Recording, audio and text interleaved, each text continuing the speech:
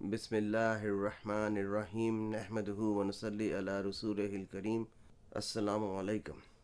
آج ہم حضرت موسیٰ علیہ السلام اور حضرت ہارون علیہ السلام کا واقعہ بیان کریں گے۔ سب سے پہلے ایک آیت کے حصے کا مفہوم اور کتاب میں موسیٰ علیہ السلام کا ذکر بھی کرو۔ یہ سورہ مریم کی آیت نمبر 51 کا ایک حصہ ہے۔ موسیٰ علیہ السلام کا قصہ ہارون علیہ السلام کے ذکر کے بغیر مکمل نہیں ہوتا، اس لیے حضرت ہارون علیہ السلام کا ذکر بھی اسی قصہ میں بیان کیا جائے گا۔ موسیٰ علیہ السلام کا تذکرہ قرآن کریم میں 107 مرتبہ اور حضرت ہارون علیہ السلام کا تذکرہ 14 مرتبہ آیا ہے۔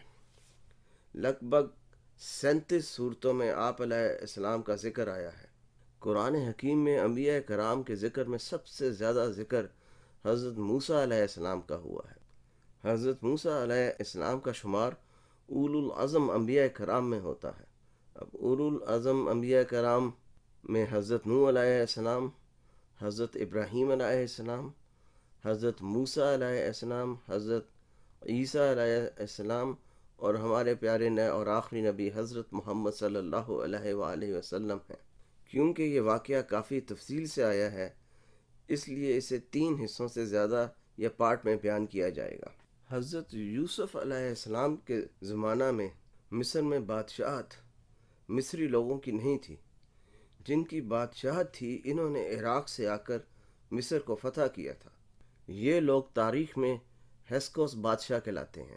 اس وقت ان کا 15واں بادشاہ یا 15ویں نسل تھی۔ یہ اصل میں چرواہے تھے اور انہوں نے مصر فتح کر کے وہاں حکومت بنائی ہوئی تھی۔ حضرت یوسف علیہ السلام 1906 قاف میم میں مصر لائے گئے، یعنی کہ 1906 قاف میم سے مراد قبل از مسیح۔ حضرت عیسیٰ علیہ السلام سے 1906 سال پہلے مصر میں لائے گئے، جس کا واقعہ ہم حضرت یوسف علیہ السلام کے واقعہ میں پہلے ہی بیان کر چکے ہیں۔ حضرت یوسف علیہ السلام کے قصہ سے یہ بات تو ہم پر واضح ہو ہی چکی ہے کہ حضرت یعقوب علیہ السلام اپنے خاندان کے ساتھ مصر میں آباد ہو گئے تھے۔ حضرت یعقوب علیہ السلام کا نام اسرائیل تھا، اس بنا پر ان کی اولاد بنی اسرائیل کہلاتی ہے۔ بنی اسرائیل کا ذکر پہلے حضرت یوسف علیہ السلام کے تذکرہ میں آتا ہے اور پھر حضرت موسیٰ علیہ السلام کے واقعے میں تفصیل سے بیان ہوتا ہے اور ساتھ ہی فرعون کے بارے میں معلومات ملتی ہیں۔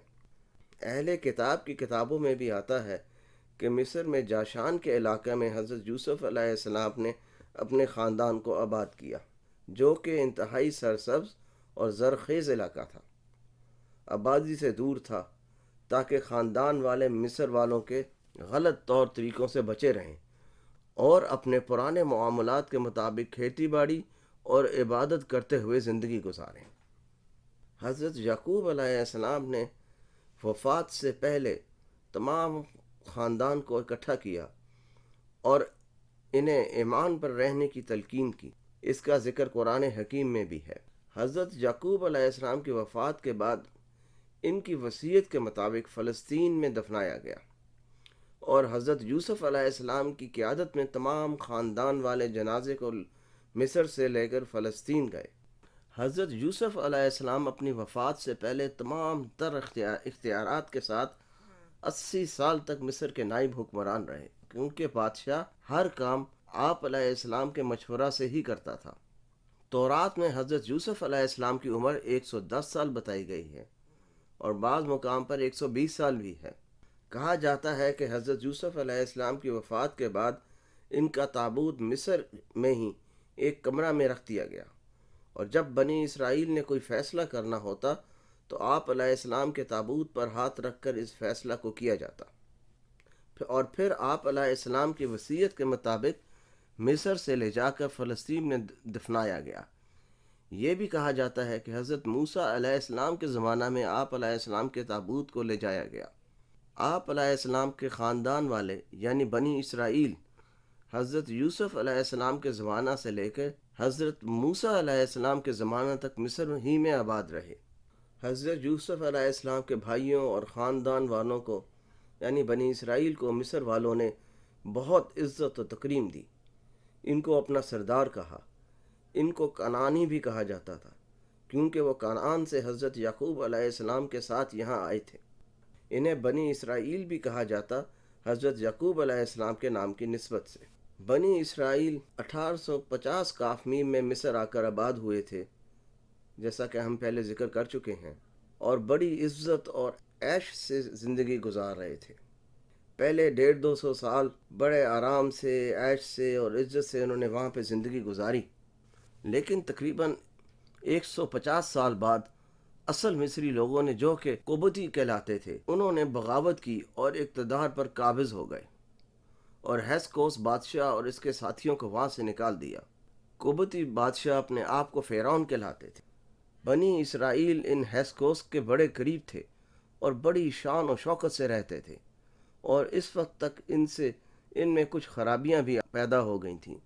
حضرت یوسف علیہ السلام کے اخلاق اور دینی کاموں سے بھی دور ہو چکے تھے، اس لیے ان کی وہ پہلے جیسی عزت بھی باقی نہ رہی تھی.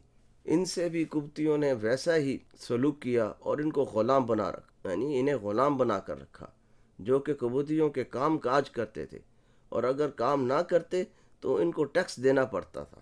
غرض تقریباً 400 سال بڑی مصیبت اور تنگی کی حالت میں رہے. پھر تقریباً 550 سال بعد حضرت موسیٰ علیہ السلام کے آنے پر وہاں سے حضرت موسیٰ علیہ السلام کی قیادت میں نکلے. حضرت موسیٰ علیہ السلام کے زمانے میں جو فرعون تھا اس کا نام منفتح تھا، لیکن حضرت موسیٰ علیہ السلام کی پیدائش کے وقت رمیسس دوم حکمران تھا. بعد میں اس نے اپنے بڑھاپے کی وجہ سے اپنی زندگی ہی میں اپنے بیٹے منفتح کو بادشاہ یعنی وقت کا فرعون نامزد کر دیا تھا. تاریخ قرطبی میں اس کا نام ولید بن معصب بھی بتایا جاتا ہے. اب ہم حضرت ابن مسعود رضی اللہ عنہ کی ایک روایت بیان کرتے ہیں. اس وقت کے بادشاہ یعنی منفتح نے خواب دیکھا کہ بیت المقدس سے ایک آگ آئی ہے اور اس آگ نے مصر کے گھروں اور قبطیوں کو برباد کر دیا ہے، پر بنی اسرائیل کو کچھ نہیں ہوا. اس خواب کی تعبیر اس کے دربار کے کاہنوں نے یہ بتائی کہ بنی اسرائیل میں ایک لڑکا پیدا ہوگا جو فرعون اور اس کے لشکروں کو تباہ کرے گا، بادشاہت چھن جائے گی اور تمہارے دین کو بدل دیا جائے گا. اس موقع پہ ایک قرآنی آیت کا مفہوم بیان کرتے ہیں. فرعون نے زمین پر سرکشی اختیار کر رکھی تھی، لوگوں کو الگ الگ گروہوں میں بانٹا ہوا تھا، بیٹوں کو مار دیتا تھا اور لڑکیوں کو زندہ چھوڑ دیتا تھا. فرعون نے جب یہ تعبیر سنی اپنے کہانوں سے تو حکم دیا کہ بنی اسرائیل کے لڑکوں کو پیدا ہوتے ہی مار دیا جائے. جب بہت زیادہ تعداد میں لڑکوں کو مارا گیا تو درباریوں نے، جن کا سرغنہ فرعون کا وزیر حامان تھا، کہا کہ اگر اس تعداد میں لڑکے مرتے رہے تو ہمارے کام کون کرے گا اور ہم مشقت کس سے لیں گے. اس پر اس نے حکم دیا کہ 1 سال قتل کیا جائے اور دوسرے سال چھوڑ دیا جائے، یعنی کہ 1 سال لڑکوں کو قتل کیا جائے لیکن دوسرے سال جو لڑکا پیدا ہو اسے قتل نہ کیا جائے. اب ہارون علیہ السلام جس سال پیدا ہوئے وہ لڑکوں کو نہ مارنے کا سال تھا. حضرت ہارون علیہ السلام حضرت موسیٰ علیہ السلام کے سگے بڑے بھائی تھے. جس سال حضرت موسیٰ علیہ السلام پیدا ہوئے وہ اسرائیلی لڑکوں کو مارنے کا سال تھا. حضرت موسیٰ علیہ السلام کا نسب اس طرح ہے. آپ علیہ السلام کے والد کا نام عمران تھا، تو موسیٰ علیہ السلام بن عمران بن قاہت بن آزر بن لاوی بن حضرت یعقوب علیہ السلام بن اسحاق علیہ السلام بن حضرت ابراہیم علیہ السلام. آپ علیہ السلام حضرت عیسیٰ علیہ السلام سے 1400 سال پہلے مبعوث ہوئے یا تشریف لائے. جب حضرت موسیٰ علیہ السلام پیدا ہوئے تو والدین کو بہت پریشانی ہوئی کہ فرعون کے ہرکارے آ کر مار دیں گے، پر اللہ تعالیٰ نے آپ علیہ السلام کی والدہ کو وحی کی کہ حضرت موسیٰ علیہ السلام کو صندوق میں ڈال کر دریا میں ڈال دیں. یہ بھی حکم ہوا کہ بچے کو دودھ پلاتی رہیں.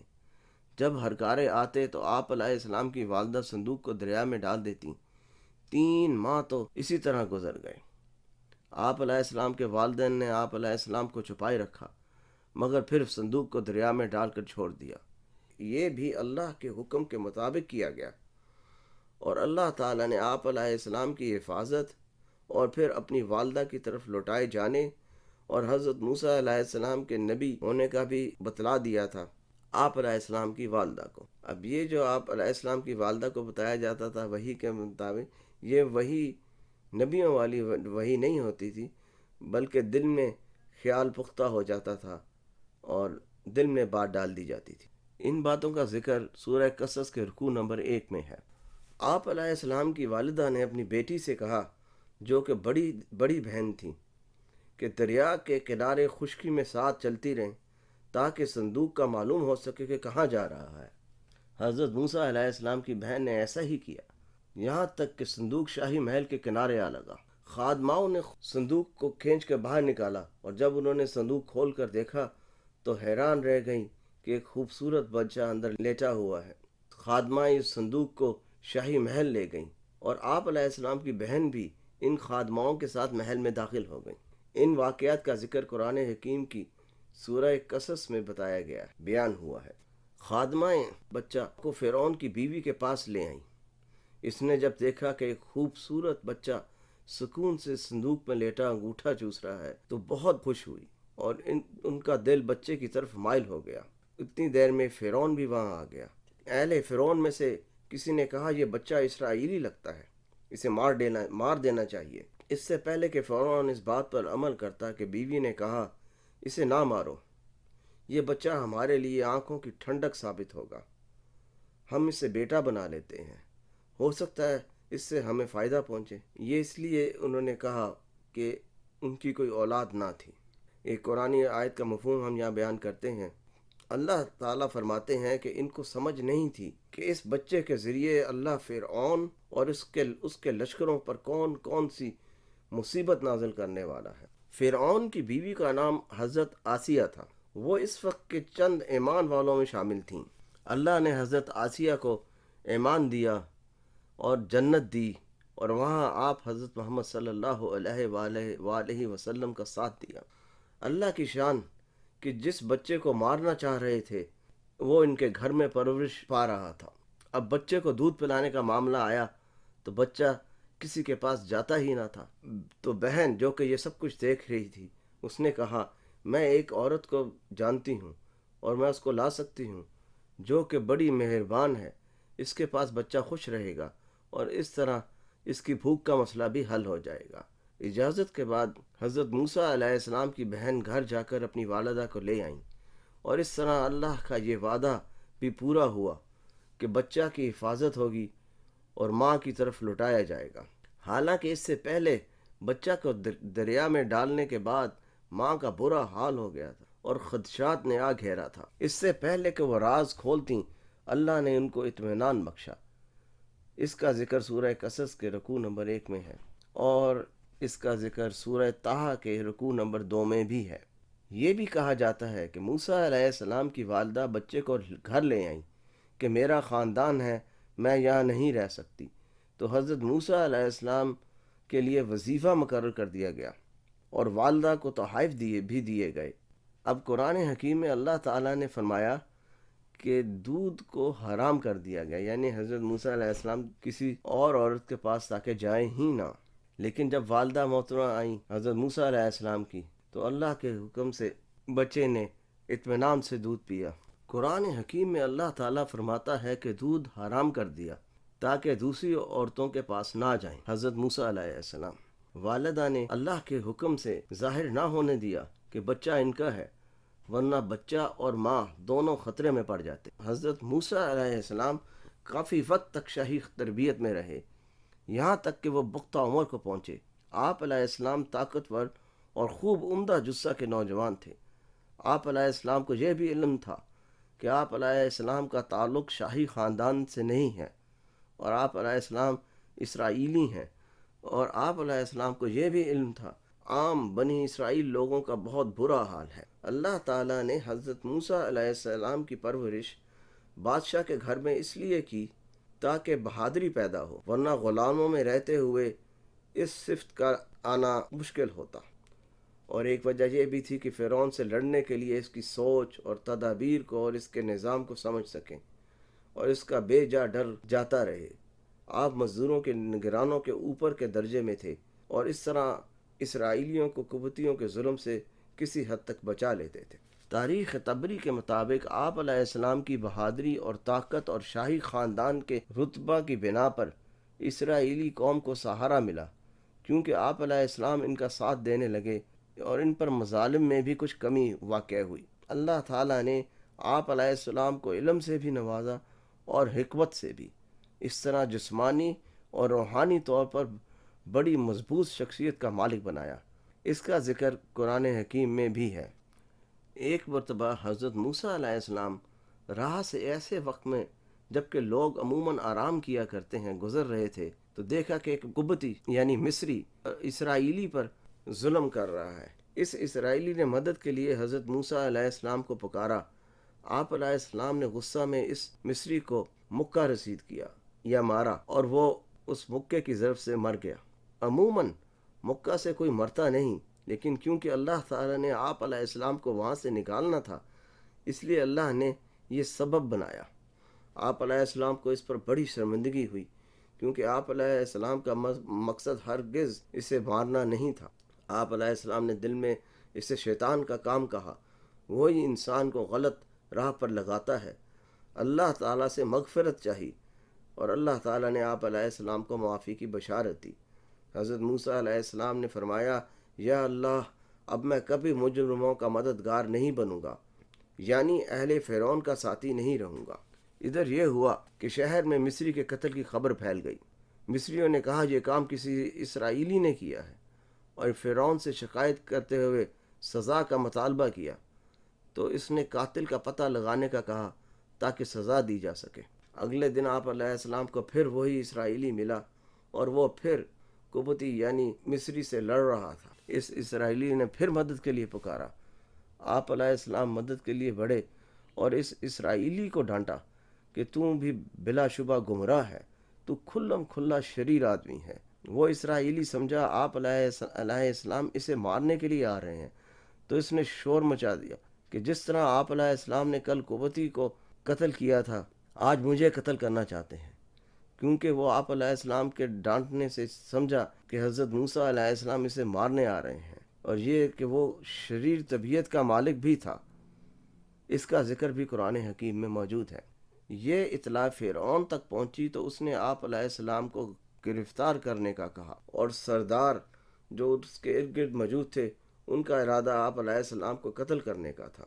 ابھی آپ کی گرفتاری کی باتیں ہو ہی رہی تھیں، آپ کو قتل کرنے کے منصوبے بن رہے تھے، جبکہ ایک ہمدرد مصری نے، جو کہ آپ علیہ السلام کو سچا سمجھتا تھا، اس کی اطلاع فرعون کے سپاہیوں کے آپ علیہ السلام کے پاس پہنچنے سے پہلے دے دی، اور مشورہ دیا کہ آپ علیہ السلام دور چلے جائیں تاکہ مصری سپاہیوں سے بچ جائیں۔ آپ علیہ السلام نے مشورہ مانتے ہوئے مدین کی طرف ہجرت فرمائی۔ یہاں پر اب ہم اس واقعہ کے حضرت موسیٰ علیہ السلام اور حضرت ہارون علیہ السلام کے واقعہ کا پہلے حصے کا اختتام کرتے ہیں۔ انشاءاللہ دوسرے حصے کے ساتھ جلد حاضر ہوں گے۔ آپ لوگوں سے درخواست ہے کہ اسے شیئر کریں، اور خاص طور پر ان لوگوں سے جنہوں نے یہ واقعات پہلے سنے یا پڑھے نہ ہوں، اور خاص طور پر نوجوانوں سے، تاکہ ان کا قرآن حکیم سے ایک رابطہ بنے۔ وآخر دعوانا ان الحمد للہ رب العالمین۔ السلام علیکم۔